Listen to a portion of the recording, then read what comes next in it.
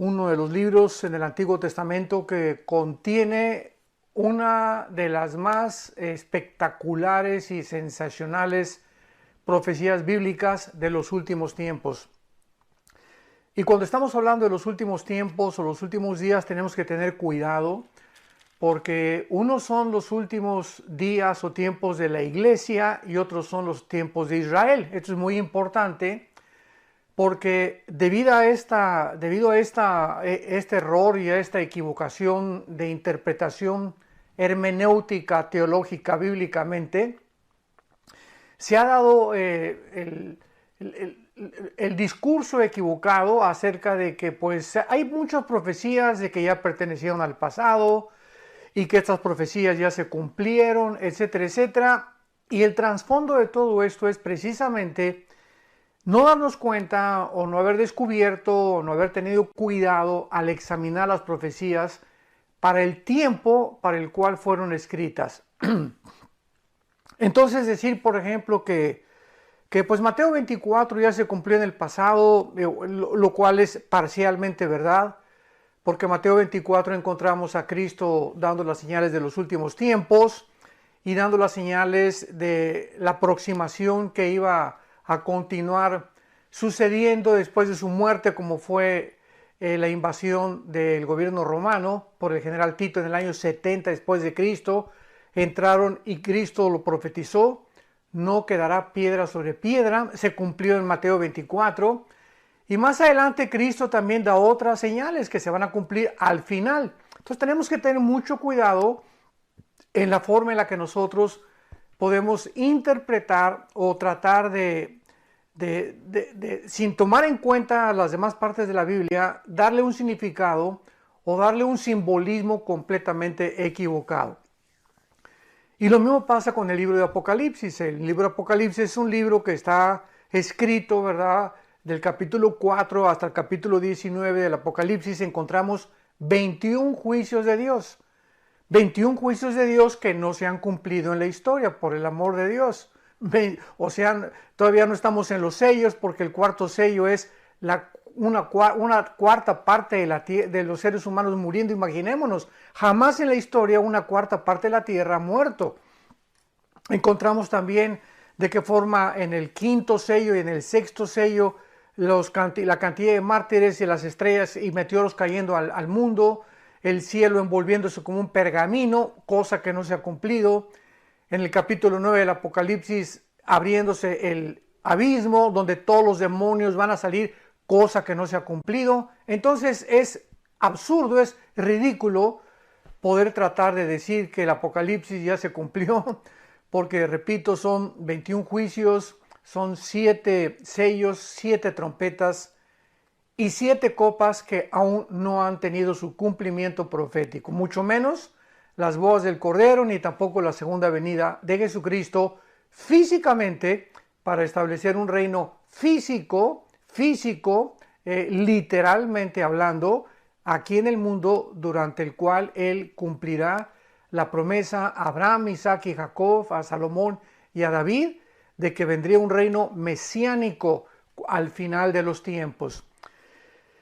Y para poder comenzar a adentrarnos en esta maravillosa serie que voy a titular Profecías selladas del fin. Profecías selladas del fin. Y me voy a basar específicamente en el capítulo 12 del libro de Daniel, donde este capítulo 12 es la culminación de visiones que Daniel tuvo a través de ángeles. El mismo Jesucristo se apareció en el Antiguo Testamento, se le llama el ángel de Jehová. En el caso del libro de Daniel se le apareció como un ángel vestido de lino. Lo vamos a ver por qué podemos deducir que era una teofanía o una aparición de Dios en la persona humana. Y vamos a encontrar en el capítulo 12 de Daniel principalmente los últimos 7 años de la tribulación. O sea, el cumplimiento de lo que en el capítulo 9 el ángel le dio a Daniel como las 70 semanas de Daniel. Las 70 semanas que sabemos que eran semanas de años, no eran semanas de días. En otras palabras, si eran semanas de años, porque los judíos tenían semanas de días y de años, son 490 años. Y vemos en el capítulo 12 de qué forma la tribulación se levanta, el arcángel Miguel peleando en tiempos de angustia contra todas las huestes satánicas, cosa que lo corrobora el apóstol Juan en Apocalipsis. Y vamos a ir comparando escritura con escritura para que tengamos claramente un curso profético a través del cual podamos seguir bíblicamente sin temor alguno de poder desviarnos ni a la izquierda ni a la derecha. Encontramos también en Daniel 12, estoy dando un resumen rapidísimo acerca de la resurrección. Vamos a ver quién va a resucitar primero, quién después, porque hay un orden en las resurrecciones.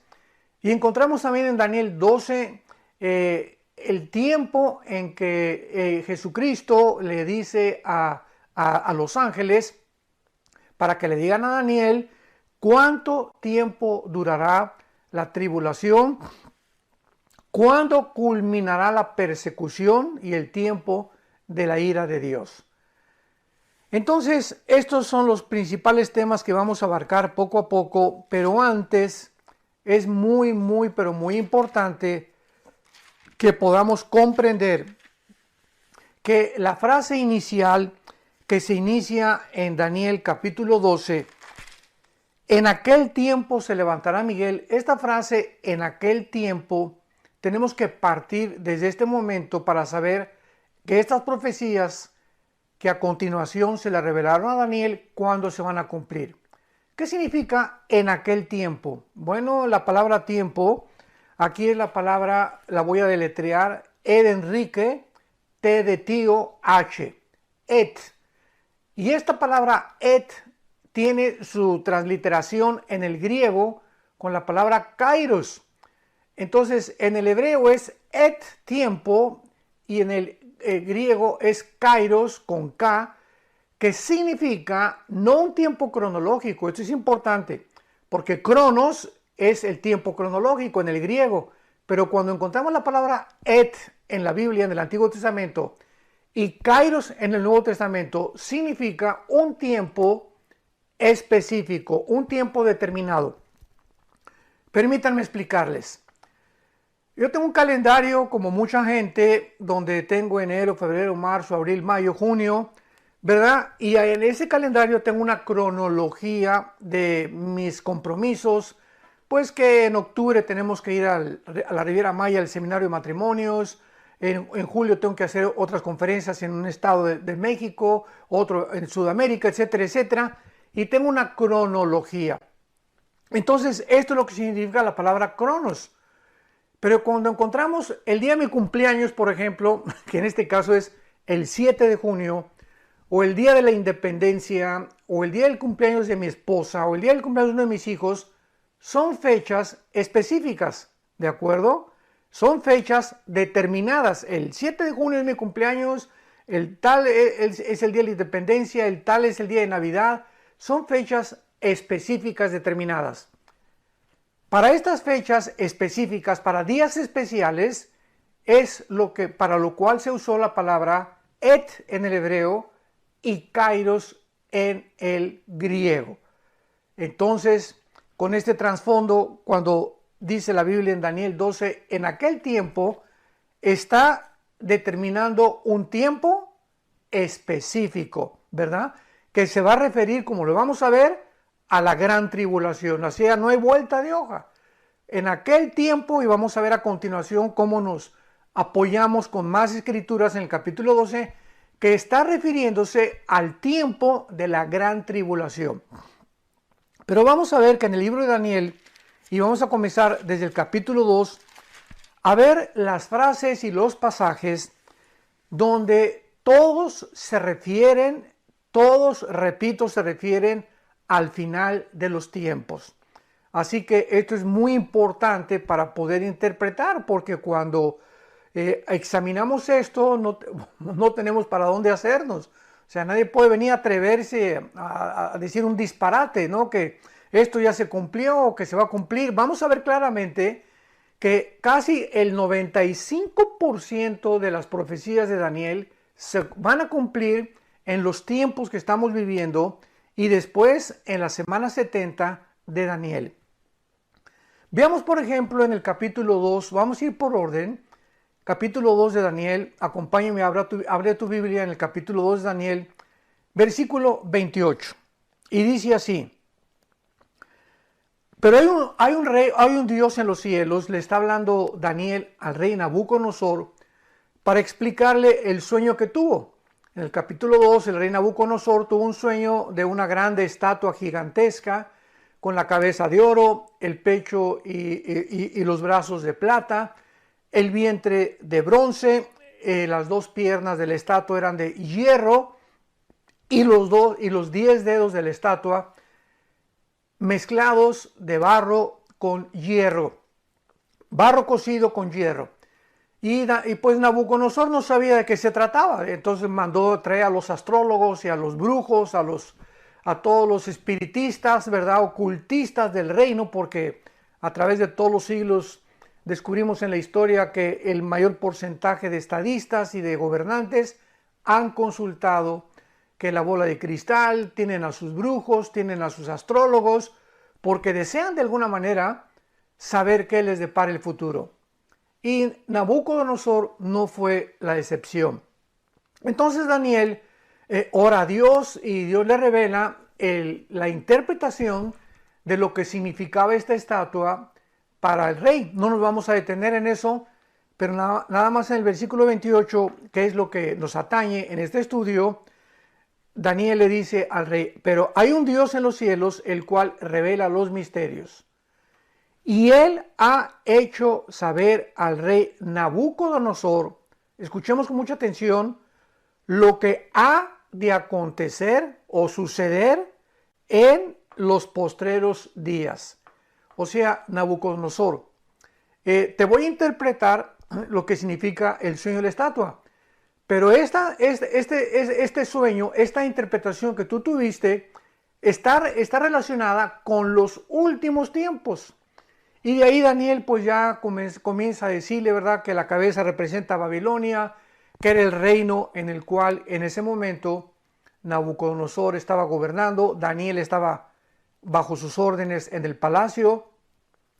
Después más adelante Daniel le dice, pues vendrá otro reino que la historia nos lo corrobora, los medos persas. Después dice Daniel un tercer reino, los griegos, que Alejandro el Magno derrotó al imperio medo persa, y después el cuarto reino que sabemos también por la historia, que fue el imperio romano. Entonces es muy claro, ¿verdad?, que se cumplió la estatua, se cumplió la cabeza de la estatua, porque Babilonia cayó, los medos persas cayeron, el imperio griego cayó, el imperio romano cayó, y las dos piernas que representan Roma cayó también. Y vemos que ¿por qué está relacionado con los últimos tiempos?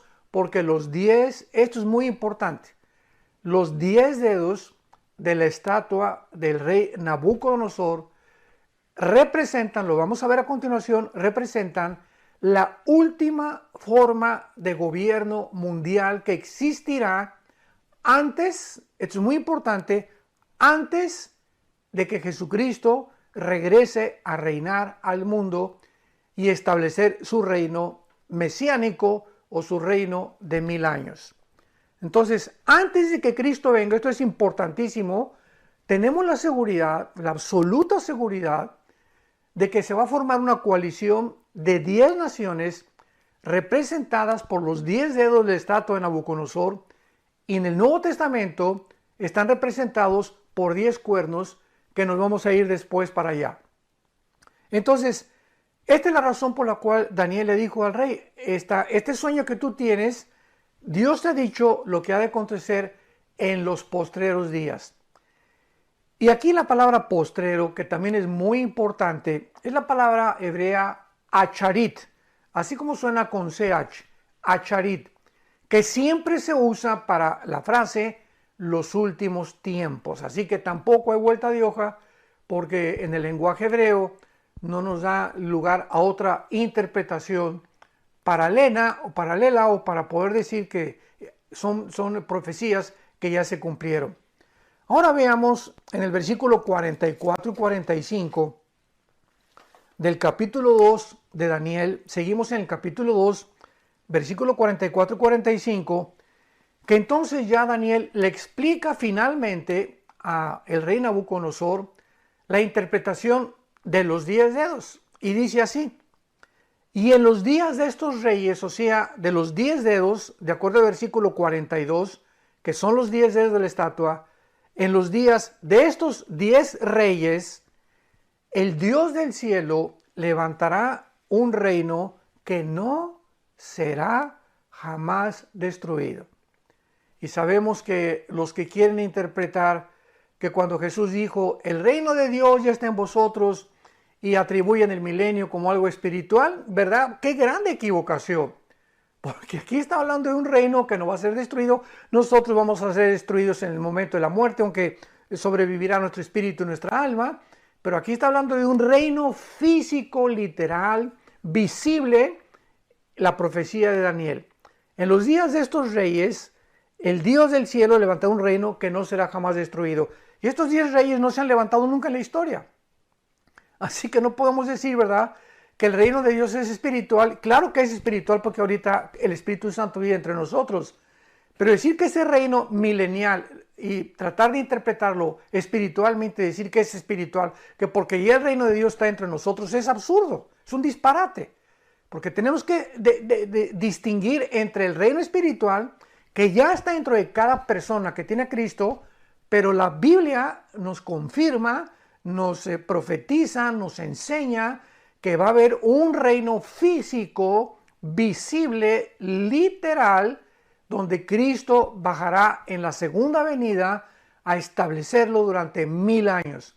Que lo explica ya también Isaías 65, Isaías 11, Isaías 66, Zacarías 12, Zacarías 14 y Apocalipsis 17, 21 y 22.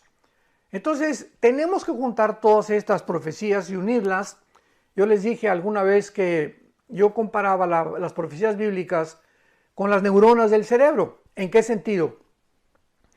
Nuestras neuronas son partículas microscópicas eléctricas, que tenemos billones de neuronas en el cerebro. Pero todas están conectadas unas con otras. Cuando una neurona se desliga de la otra, se produce un cortocircuito, lo que se llama el cortocircuito, porque algo produce en el cerebro que ya no pensamos adecuadamente, puede dar causa a un tumor, etcétera, etcétera. Tiene que haber una unificación, una armonía de nuestras neuronas unas con otras para que pensemos de una forma coherente y lógica. La Biblia es parecida en este sentido. Toda la Biblia no es de interpretación privada. Si queremos interpretar el libro de Apocalipsis, no podemos si no tenemos Daniel, ni Ezequiel, ni Zacarías, porque son 3 libros en el Antiguo Testamento que están conectados con las profecías de los apóstoles. En este caso, la primera y la segunda carta a los tesalonicenses del apóstol Pablo, con el Apocalipsis del apóstol Juan, y tenemos que unir Apocalipsis con Daniel, con Ezequiel, con Zacarías, etcétera, etcétera, con Joel también, para que podamos tener el circuito perfecto y no echar chispas. Y este es el problema cuando nos adelantamos y queremos sacar un texto fuera de contexto o no tomar en cuenta el tiempo, y caemos desgraciadamente, pues no tanto en herejías, ¿verdad? Porque hay muchos maestros de la Biblia que tienen otra perspectiva futura escatológica, como los amilianistas, que creen que el milenio ya se cumplió, que estamos ya en el milenio, que Satanás está atado ya, etcétera, etcétera, que son cristianos, son hermanos de nosotros, pero que escatológicamente están, ahora sí que lo puedo decir, reprobados con 5 de calificación, porque pueden ser muy buenos teólogos en una área, pero sin embargo en el área de la escatología están reprobados. Y esto tal vez alguien me pueda preguntar, bueno, ¿a qué es debido a esto? También son estudiosos de la Biblia. En los últimos años yo he tratado de poder preguntarle a Dios y consultar en la Biblia, Señor, ¿Por qué esta divergencia, estas diferencias entre hermanos que yo reconozco, son amigos míos y son grandes teólogos, ¿verdad? Puedo citar alguno, el doctor R.C. Sproul, R.C. Sproul, un gran, ya murió, ya está con el Señor en el cielo esperándonos. Un gran hombre de Dios, uno de los mejores teólogos, lo tengo que reconocer, de la denominación de los presbiterianos, era presbiteriano él, de la teología de la Reforma. Entonces, adentrándome en la teología de la Reforma, pude entender que los reformados o los que están del lado del presbiterianismo son amilianistas, creen que el milenio ya se cumplió, que las profecías se cumplieron, etcétera, etcétera. Y todo lo que es el área escatológica, como que el Espíritu Santo no les dio mucha iluminación y solo les dio iluminación en el área de la teología. Entonces, esta es la razón por la cual muchas veces no abarcamos todo, o sea, por eso nos necesitamos, por eso necesitamos depender unos de otros como cristianos, porque mi hermano de la iglesia o pentecostal o de la iglesia presbiteriana o bautista tiene cosas en otra área, puede ser en el área de la salvación, puede ser en el área de la iglesia, puede ser en el área del Espíritu Santo, que a lo mejor yo no tengo y que ellos han visto porque el Espíritu Santo nos reparte de diferentes formas, dice 1 Corintios 12, es el mismo Espíritu, pero nos reparte diferentes dones, diferentes talentos, para que nadie tenga todo el control, el 100% de la verdad. O sea, el día que alguien diga, pues yo tengo todo el 100% de la verdad de la Biblia, ¿verdad? Pues sería un falso maestro. Porque el único que tiene el 100% de la verdad es Jesucristo, el Hijo de Dios, y el Padre y el Espíritu Santo. Ellos son los únicos. Mientras tanto, nosotros, dice el apóstol Pablo en 1 Corintios 13, conocemos en parte. Y muchas veces lo que conocemos, no lo conocemos como lo deberíamos de conocer. Por eso debemos ser humildes, debemos estar abiertos para poder examinar, escudriñar, orar las Escrituras, y depende del área en la que Dios nos haya llamado para predicar y compartir, pues hacernos, ¿verdad? Si no expertos, por lo menos conocedores profundos del área en la que sentimos que Dios nos ha hablado. Y finalmente, para acabar con esto, para poder explicarlo ya mejor, tenemos también al doctor Billy Graham. El doctor Billy Graham, yo tuve el privilegio de pasar muchos días con él, tanto en Holanda, en Ámsterdam, como en su casa en Montreal, como también en México, en Acapulco, el puerto de Acapulco. Cuando él fue unas vacaciones, tuve el privilegio, mi hermano Alejandro y yo, de estar con él 3 días en su bungalow. Eso fue algo para mí impactante. ¿Y por qué lo pongo de ejemplo? Porque él fue un hombre que nada más predicó el evangelio de la gracia de Dios.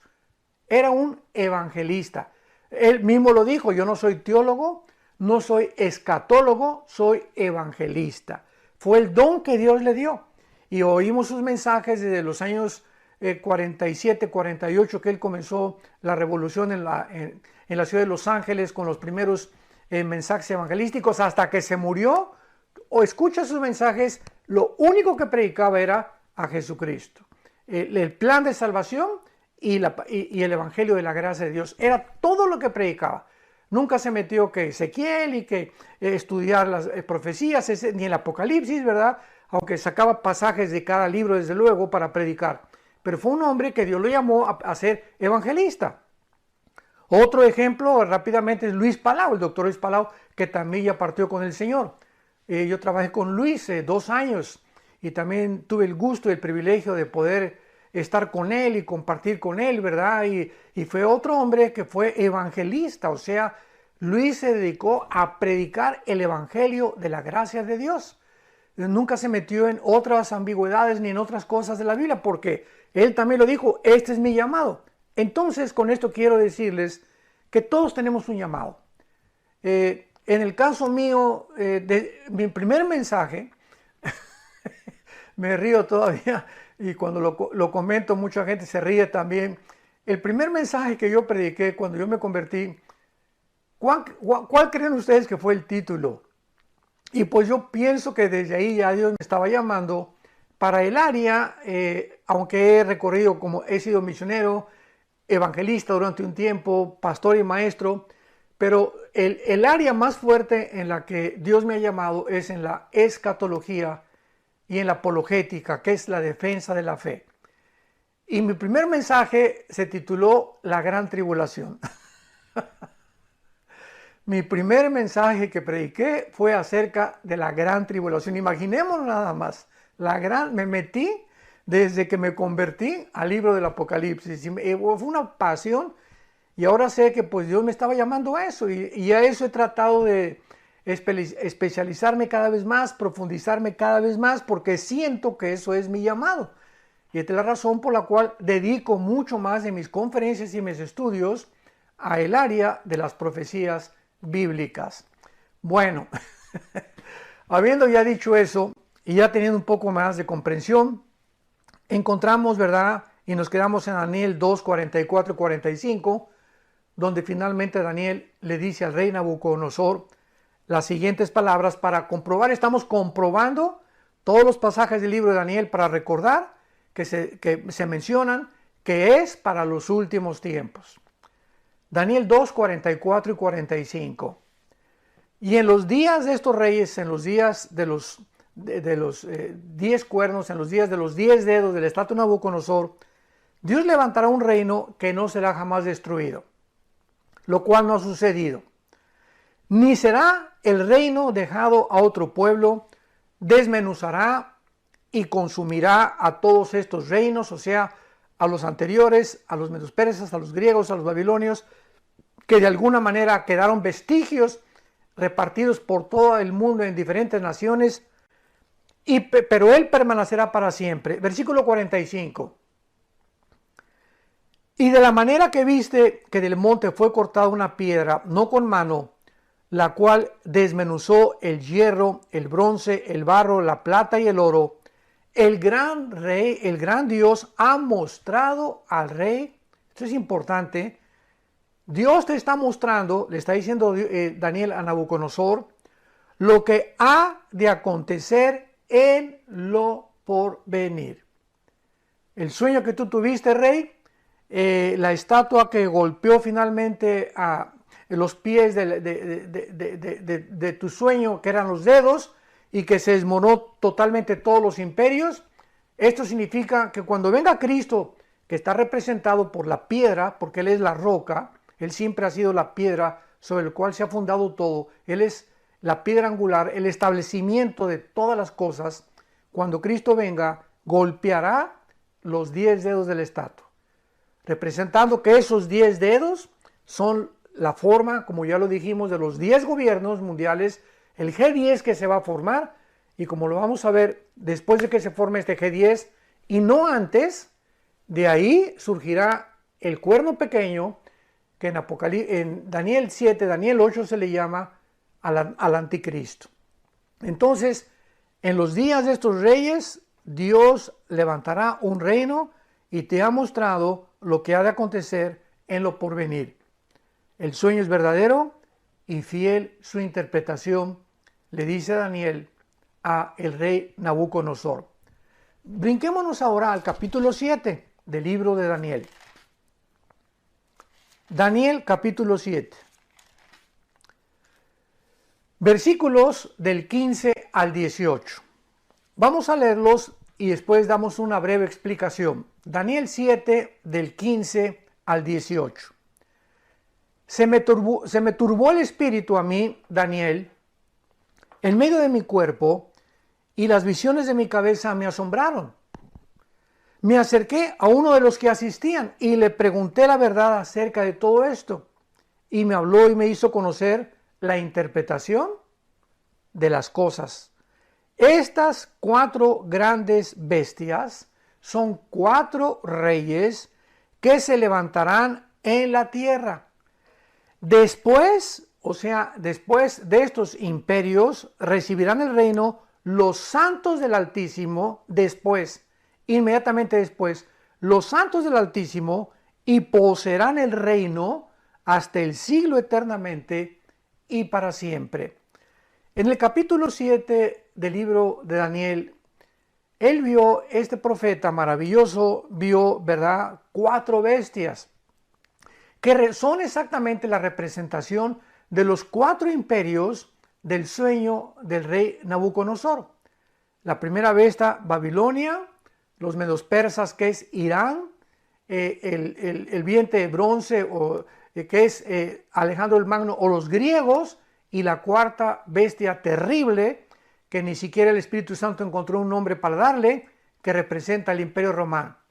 Y aquí en el capítulo 7 vemos cómo el Espíritu Santo va reduciendo el espacio para que veamos hasta el capítulo 12 cómo llega a concentrarse en el anticristo. O sea, poco a poco en el libro de Daniel el Espíritu Santo va achicando, va acortando los imperios conforme se van a ir modelando hasta culminar con el final imperio, que en Apocalipsis 17 es el octavo que es el anticristo.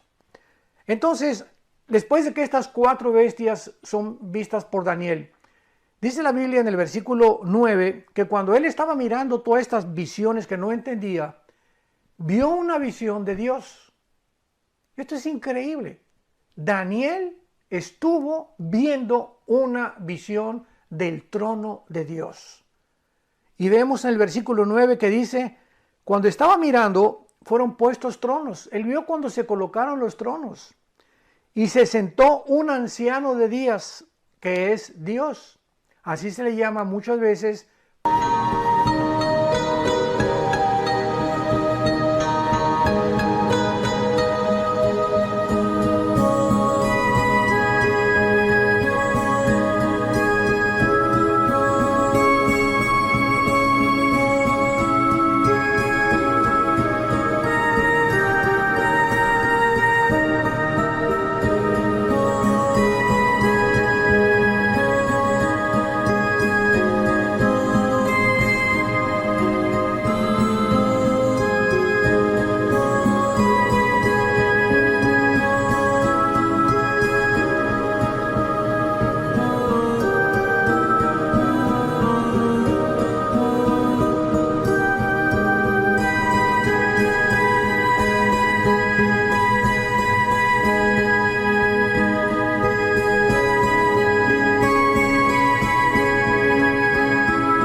No porque esté viejito, simplemente es un título para que lo entendamos nosotros, que significa su eternidad, el anciano de días, o sea, la eternidad de Dios, cuyo vestido, vean cómo describe Daniel a Dios, como un anciano vestido de blanco como la nieve, el pelo y su cabeza como lana limpia, su trono llama de fuego, y las ruedas del mismo fuego ardiente, un río procedía de fuego y salía de delante de él, y millares de millares en el hebreo es millones de millones, le servían delante de él, y el juez se sentó y los libros fueron abiertos.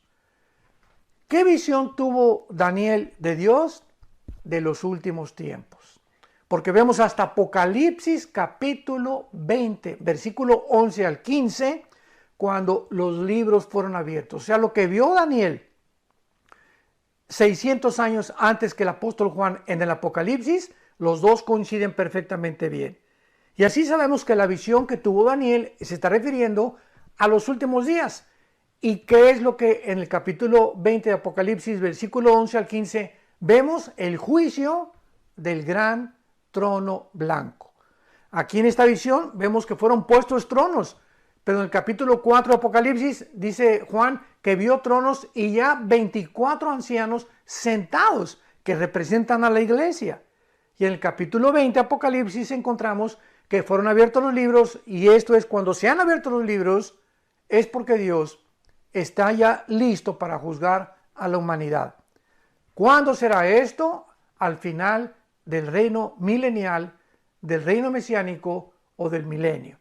¿Y cómo lo sabemos? Porque en Apocalipsis 20, 11 en adelante dice, y la tierra desapareció delante del trono de Dios. Y sabemos que durante el milenio la tierra va a existir, va a haber pecado, hombre de 10 años, de 100 años, perdón, dicen en Isaías 65, 66, que va a morir alguien que peque de 100 años, un niño de 100 años puede morir porque a los 100 años será un joven todavía. Va a haber rebelión al final del milenio, Apocalipsis 20, y hasta que el juicio sea llevado a cabo, que es el juicio de los incrédulos, el juicio del gran trono blanco, Apocalipsis 20, del 11 al 15, después de este juicio serán creados los cielos nuevos y la nueva tierra, donde ya no habrá dolor, donde no habrá tristeza, donde no habrá muerte, porque en el milenio habrá muerte, y donde estaremos ya en el estado perfecto por toda la eternidad. Apocalipsis 21 y Apocalipsis 22, la eternidad.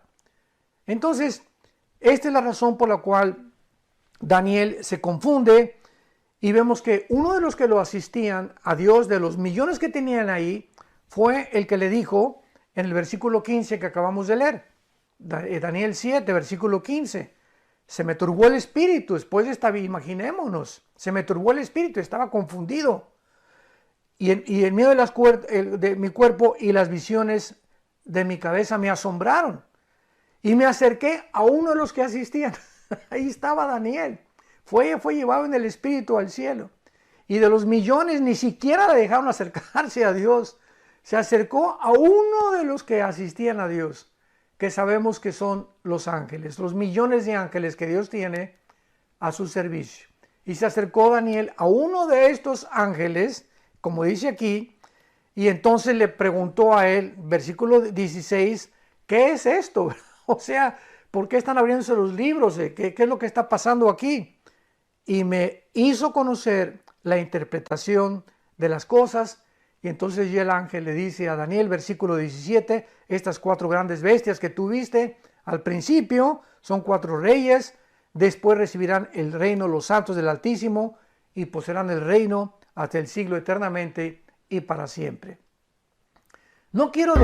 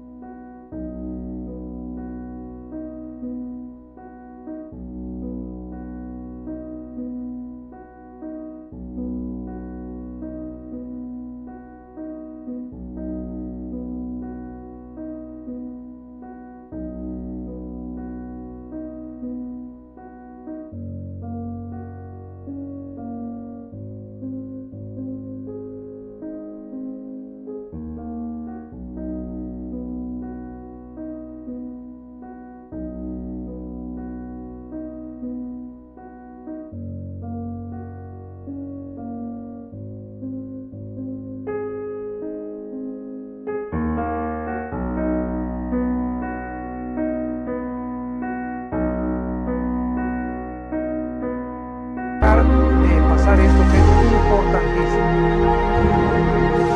Daniel vio en este capítulo 7 4 bestias, ¿verdad?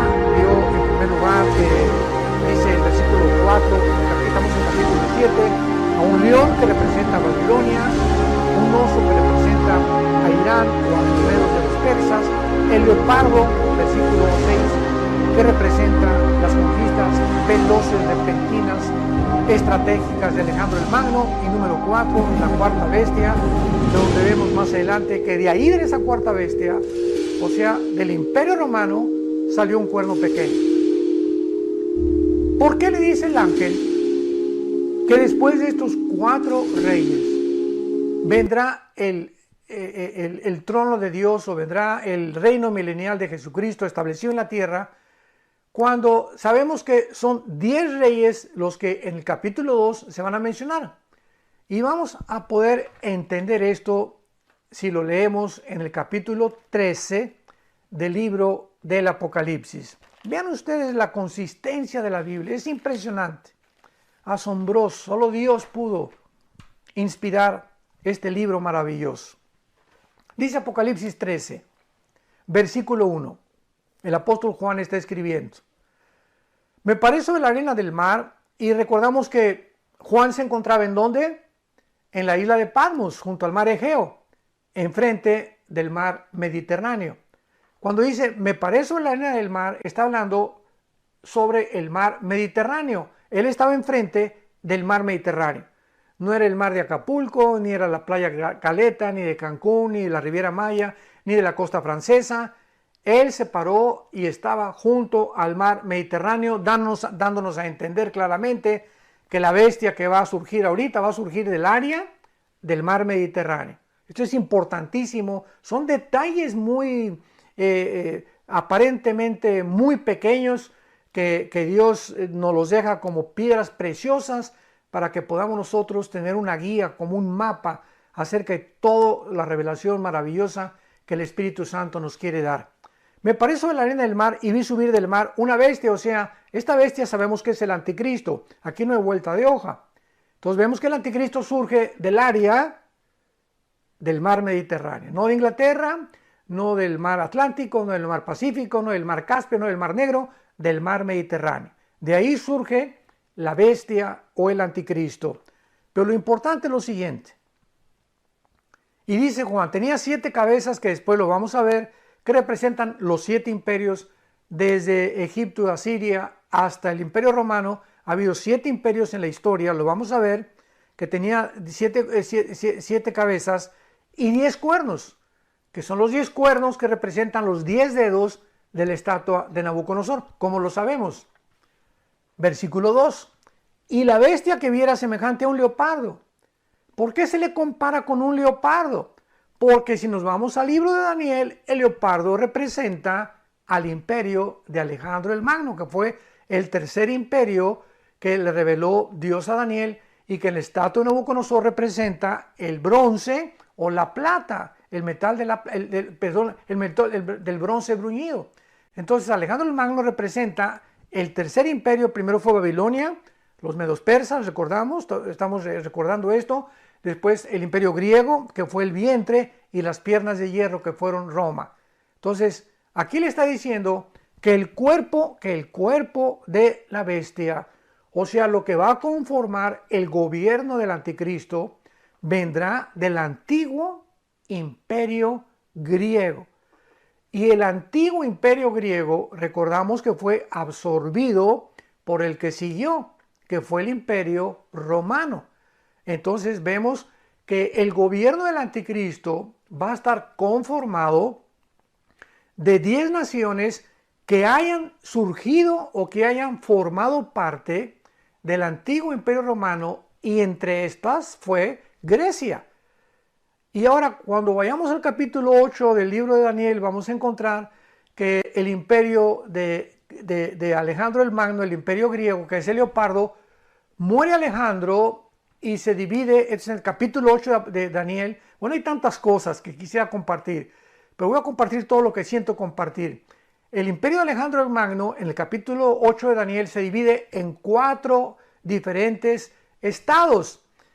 Y los 4 generales de Alejandro el Magno se reparten el imperio griego en 4 partes, que fueron Egipto, Grecia, Asiria y todo lo que es Turquía. Grecia, Turquía, Egipto y Asiria. En estas 4 entidades, las 4 divisiones del imperio griego fueron repartidas.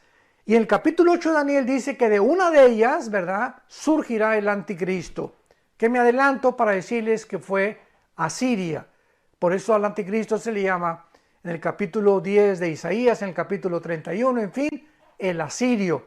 Porque de esa parte del Medio Oriente surgirá la persona del anticristo. No va a surgir de Roma, ni de París, ni de tampoco de España, ni de México, ni de Estados Unidos. El anticristo surge bíblicamente de una de las divisiones del imperio griego, que fueron 4, repito, y que en este caso quedó Asiria. Después de estudiar Daniel 8 lo podemos ver. Entonces vemos que el cuerpo de la bestia, capítulo 2, estamos en el capítulo 13 de Apocalipsis, tenía la forma de un leopardo, o sea, parte de Egipto, parte de Asiria, parte de Turquía formarán parte o serán naciones que ya nos adelantamos que formarán parte del G10. Entonces podemos mencionar naciones del Medio Oriente que ya sabemos que van a formar parte del gobierno del anticristo. Y dice la Biblia, y los pies como de oso. El oso es Irán. en el capítulo 7 del libro de Daniel. El oso representa a el segundo imperio mundial en la estatua de Nabucodonosor, que es Irán, que es el pecho, ¿verdad?, de plata. Oro Babilonia y la plata Irán, el bronce Grecia, Alejandro el Magno.